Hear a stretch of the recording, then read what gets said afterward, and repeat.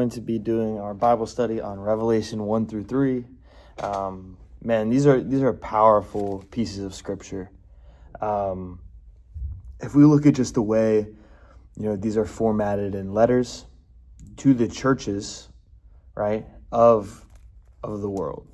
So he's essentially the churches that were established during the time that the last apostle John was alive.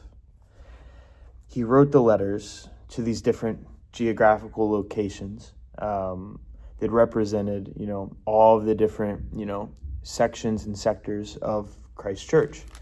And he wrote messages about, how specifically they were falling short of the glory of God, how certain, sections and sects of, the Christian faith were actually prevailing and, remaining steadfast through persecution.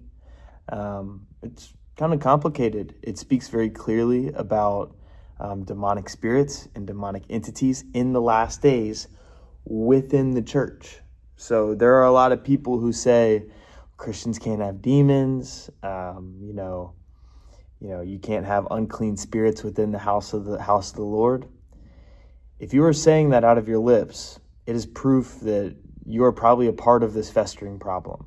Because, and this is not a jab at anyone or, coming at anyone directly, but it is written literally in the book of Revelation that in the last days, the churches will be synagogues of Satan, specifically people who claim that they are Jews, right? Or maybe those supporting, this notion of, Jewish relevance, Jewish, royalty. We must support Israel or we will be cursed, this broken theology.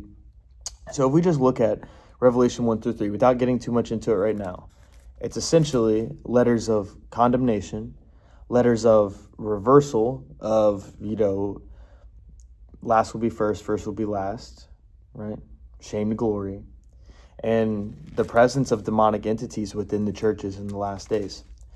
Here I have study material that I had printed out depicting the man who wrote this. It's called a revelation because he went through some very extreme and graphic, forms of, ridicule, harassment, physical torture, punishment. And because none of it prevailed, he was exiled to an island all by himself, where he wrote the manuscripts that we have translated into the book of Revelation we read in our standard Bibles today in America.